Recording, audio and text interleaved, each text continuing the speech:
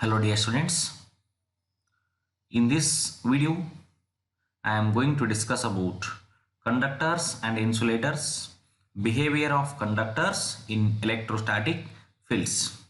All of you are already familiar with the definition of conductors and insulators, but shortly I will discuss about the conductors and insulators.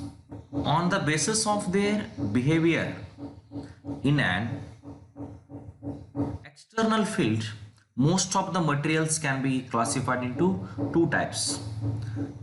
Conductors means here on the basis of their behavior in an external electric field, most of the materials can be broadly classified into two categories. The first one is conductors. Here, these are the substances which allow large scale physical movement of electric charges through them when an external field is applied. Or simply, these are the substances which allow the movement of electric charges through them are called conductors.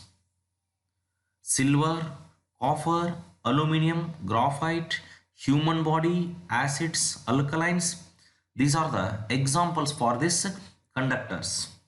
And insulators means here insulators are the substances which do not allow the movement of electric charges through them when an external field is applied.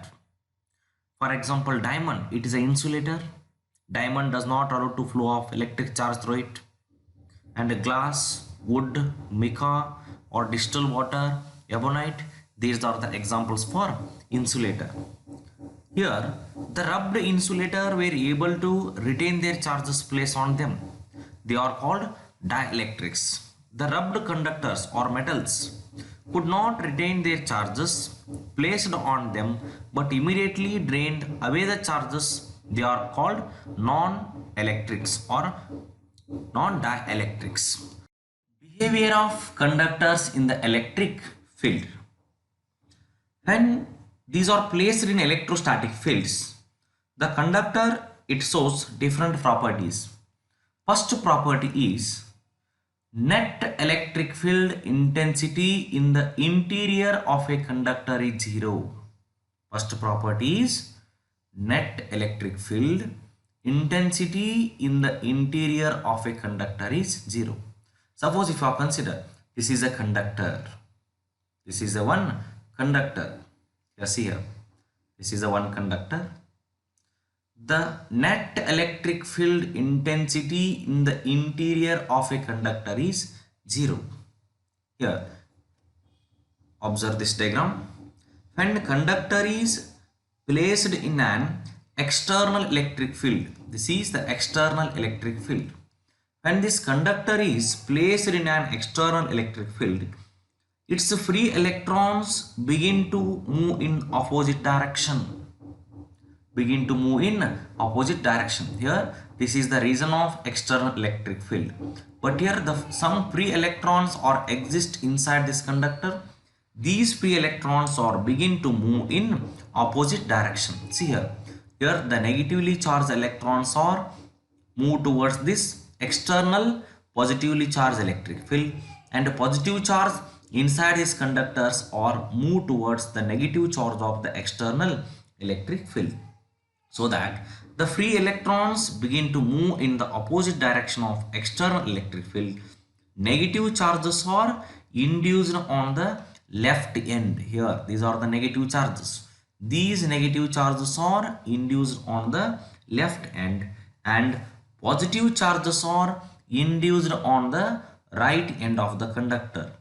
The process continues till the electric field induced set up by the induced charges becomes equal and opposite to the field of external electric field. Then the net electric field,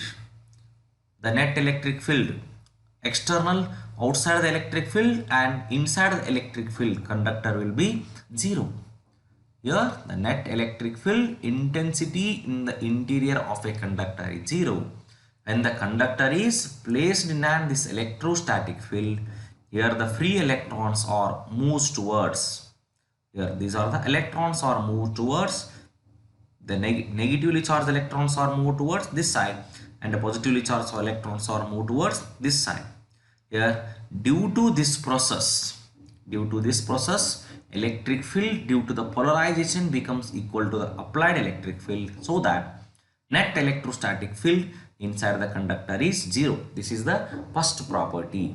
And the second property is electric field just outside the charged conductor. Electric field just outside the charged conductor is perpendicular to the surface of the conductor. Here, in the electric field is normal to the surface.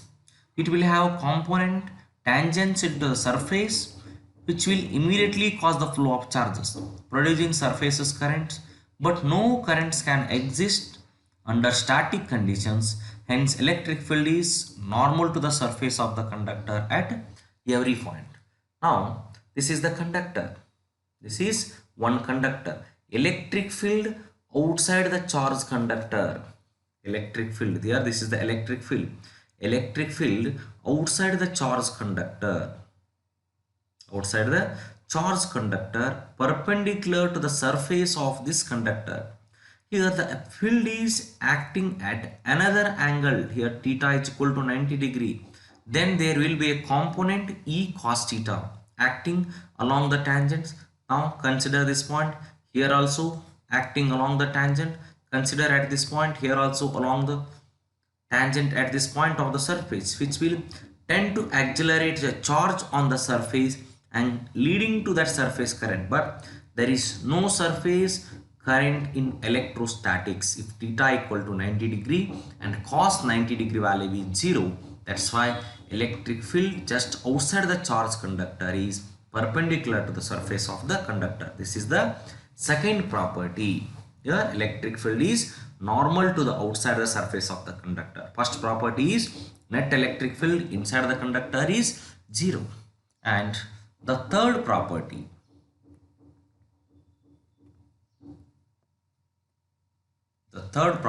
is net charge in the interior of a conductor is 0. Net charge in the interior of net charge in the interior of the conductor is 0. Here this is the conductor. This is the conductor. Here it contains equal number of positive charges and negative charges. But here in this diagram, these charges are temporarily separated. But the total charge of this system is 0. Suppose if you consider conductor carrying an excess charge Q with no current flows on it. No current flows on it. But Gaussian surface inside the conductor is just near its outer boundary. The electric field is 0 at all these points. Here the total charge of the system according to the definition of Gauss law. According to the definition of Gauss law, the inside the system is always 0. Here E is equal to 0 in the interior of the conductor. Therefore, the net charge in the interior of a conductor is also 0 according to the definition of Gauss law. The total electrostatic flux through the closed surface is equal to 1 by epsilon naught times of net charge enclosed by the surface. Or here the line integral of the closed surface with the electric field due to the small surface, or it is equal to Q divided by epsilon naught. Here it contains equal number of positive charges and negative charges. They are polarized each other, and the net electric field or net charge in the interior of a conductor is 0. Therefore E equal to 0 interior of the conductor, and therefore Q is equal to also 0. This is the third property. And fourth property, charge always resides on the surface of a conductor. Charge always resides on the surface of a conductor. Here charge always resides on the surface of the conductor. It means suppose the conductor is given some excess charge Q. Some excess charge Q. Here these are the excess charge Q. Construct a Gaussian surface. Here now we construct a Gaussian surface just inside the conductor. This is the construction of Gaussian surface. Here inside the conductor is electric field E is equal to 0 according to this property. electric field E is equal to 0 in the interior of the conductor and Q is also 0. Charges always reside on the surface of this conductor. This is the fourth property. And the fifth property is electric potential is constant for the entire conductor. Electric potential is constant for the entire conductor because electric field at any point is equal to the negative of the potential gradient, that is E is equal to minus dV divided by dt. We know this formula. But here inside the conductor is E is 0 and E has no tangential component on the surface. Therefore dV divided by dt is equal to 0 or V is equal to constant. Hence the electric potential is constant throughout the volume of a conductor and has the same value on its surface. Thus the surface of a conductor is an equipotential surface. Here electric potential is constant for the entire conductor. E is 0, interior of the conductor, therefore dV is equal to 0 and V is constant. And the next property is here, the surface charge distribution may be different at different points. Surface charge distribution, the charge is distributed throughout the surface. This is called surface charge distribution. The surface charge distribution may be different at different point because of that shape of that body or shape of this surface. Here the surface charge distribution, it is mathematically denoted by the symbol sigma. Here the charge is distributed per unit surface area is called surface charge distribution. Every conductor is an equipotential volume. It is a 3-dimension rather than just an equipotential surface. It is a 2-dimensional volume. Here electric field at the surface of a charged conductor is proportional to the surface of the charge density. And also another important property is that is electrostatic shielding. Here electrostatic shielding means the electric field inside the cavity of a conductor. Electric field inside the cavity of this conductor. Here the electric field inside the cavity of this conductor is always 0 and it remains shielded from the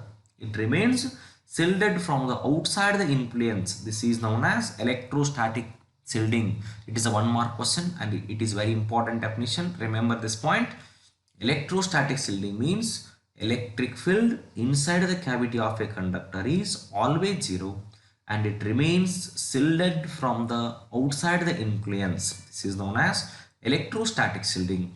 This property is used to protect the sensitive instrument from outside the electrical instrument. These are the properties of behavior of conductors in electrostatic field. The first property is net electric field inside the conductor is 0. Second property is the electric field is normal to the outside the surface of the conductor.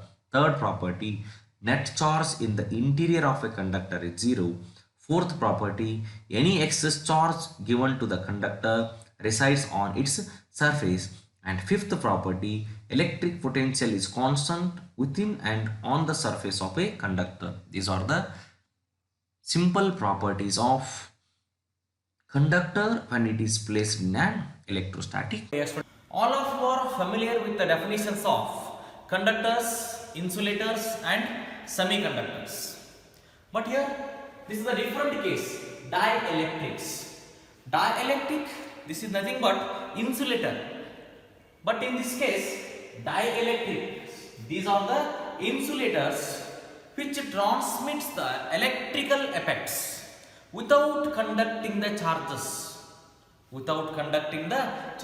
Here, dielectric means these are the insulators. Insulators means the materials or the property which lies between conductors and semiconductors, or the materials which does not conduct the electrical charge are called insulators. But in this case, here this is the different definition. Dielectric means these are the insulators which transmits the electrical effects without conducting the electrical charge. These types of materials are called dielectrics. For examples for dielectrics. Examples for dielectrics. Here, ceramics. Ceramics is the best examples for dielectrics, and paper,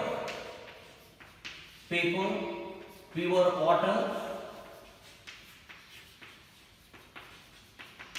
mica. These are the examples for dielectrics. Dielectric means here these are the insulators in which transmits the electrical effects without conducting the electrical charge.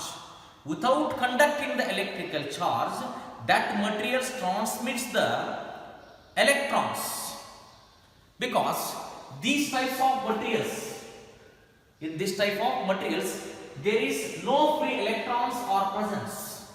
No free electrons are present.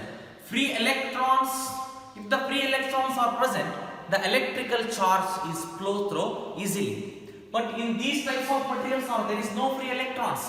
That's why these materials are called insulators, which transmits the electrical effect without conducting the electrical charge, or called dielectrics. But here, dielectrics can be divided into two types: polar dielectrics and non-polar dielectrics. Polar dielectrics and non-polar dielectrics. Polar dielectrics and non-polar dielectrics. Polar dielectric means, before going to discuss about the polar dielectrics, we want to know about the definition of polar molecules. Polar molecules. Here, polar molecules means these are the molecules in which the center of positive and negative charges do not coincide. Here, polar molecules means these are the molecules in which the center of the positive and negative charges do not coincide. For examples, here H2O and HCl, these are the best examples for polar molecules. In these types of molecules, here the positive and negative charges, do not coincide with each other. Suppose if I consider this is the one system. In this system, the positive and negative charges do not coincide with each other. These types of molecules are called polar molecules. Polar molecules means these are the molecules in which the centers of the positive and negative charges do not coincide with each other, are called polar molecules. Here, the polar molecules have unsymmetrical shape and permanent dipole moment. These polar molecules have unsymmetrical shape and have permanent dipole moment. Here, dielectric means these are the insulators which transmits the electrical effects without conducting the electrical charge. Dielectrics can be divided into two types: polar dielectrics and non-polar dielectrics. Here, polar dielectric means these are the materials. These are the insulators which are made up of polar molecules. Polar dielectric means these are the dielectrics which are made up of polar molecules, are called polar dielectrics. It is a very simple definition. Dielectric means these are the insulators which transmits the electrical effects without conducting the electrical charge. Polar dielectric means these are the dielectrics which are made up of polar molecules, are called polar dielectrics. Polar molecules means these are the molecules in which the centers of the positive and negative charge do not coincide with each other. Here, do not coincide with each other, and polar molecules, here it is in a form of unsymmetrical shape. Here, the centers of positive and negative charges do not coincide with each other, and H2O and HCl are the best examples for polar molecules, and they have the permanent dipole moment. And this is the second case, non-polar molecule, second type. Dielectric can be divided into two types: polar and non-polar molecule. Non-polar molecules. The best examples for non-polar molecules is hydrogen H2, nitrogen N2, oxygen O2 and CO2, carbon dioxide. Okay dear students, non-polar molecules means these are the molecules in which the centers of the positive and negative charges are coincide. The molecules in which the centers of the positive and negative charges are coincide, like this. Here, this is the one system. The centers of positive and negative charges are coincide. The centers of positive and negative charges are coincide. Non-polar molecules means these are the molecules in which the centers of the positive and negative charges are coincide, and they are in the form of symmetrical shape, and the non-polar molecules also have permanent dipole moment. Here the hydrogen, nitrogen, oxygen and carbon dioxide are the best examples for non-polar molecules. Best examples for non-polar molecules. And here non-polar dielectrics means, non-polar dielectric means these are the dielectrics which are made up of non-polar molecules. The dielectrics which are made up of non-polar molecules are called non-polar dielectrics. The dielectrics which are made up of polar molecules are called polar dielectrics. Dielectric means these are the insulators which transmits the electrical effects without conducting the charge. Without conducting the charge, because there is no free electrons exist in the substances like ceramics, paper, pure water and mica. These are the best examples for dielectrics. There is no availability of free electrons. These types of materials are transmits the electrical effect without conducting the charges. But here dielectrics can be divided into two types. One is polar dielectrics and another one is non-polar dielectrics. Polar dielectric means these are the dielectrics which are made up of polar molecules. Non-polar dielectric means the dielectrics which are made up of non-polar molecules are called non-polar dielectrics. Polar molecules means the molecules in which the centers of positive and negative charges do not coincide with each other. And the polar molecules are in unsymmetrical shape and have permanent dipole moment.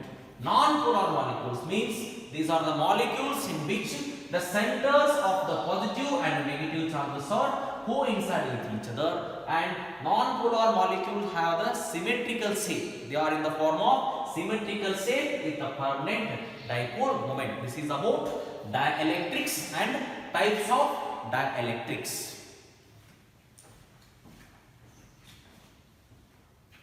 Okay dear students, now we will see how the net dipole moment is produced in case of polar dielectrics and non-polar dielectrics. Here, in this case, this is polar dielectric. In case of polar dielectrics, the molecules are in unsymmetrical shape. The dipoles are arranged in unsymmetrical shape. Here, this is the reason of without external electric field. In this region, the dipoles are arranged irregular or unsafe. Here, in case of polar molecules, the positive and negative charges do not coincide. The positive and negative charges do not coincide. In the absence of external electric field, the dipole moment is 0.